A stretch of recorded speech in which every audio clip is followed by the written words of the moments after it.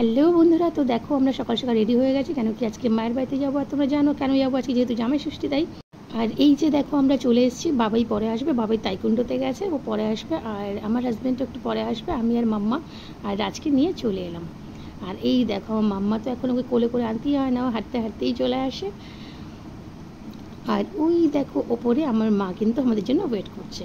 আর আমি বাড়িতে এসেই আমার হাজব্যান্ডের জন্য গিফটগুলো প্যাকিং করছিলাম, যেহেতু এগুলো সারপ্রাইজ গিফট তাই ও আসার আগেই এগুলোকে প্যাকিং করে রাখছি।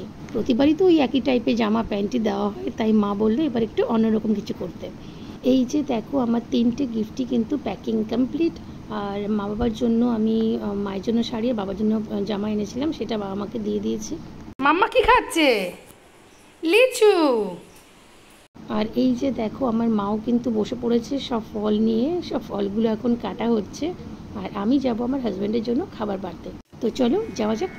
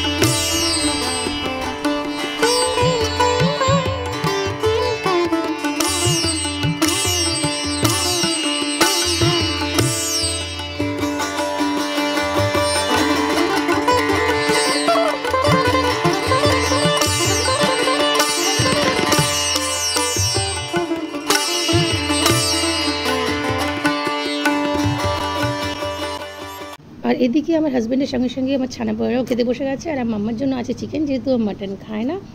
তো দেখো এই যে সবাই খাচ্ছে, এরপরে আমরাও খেয়ে নেবো। তো আজকের মতো ভিডিওটা এই অবধি, টাটা।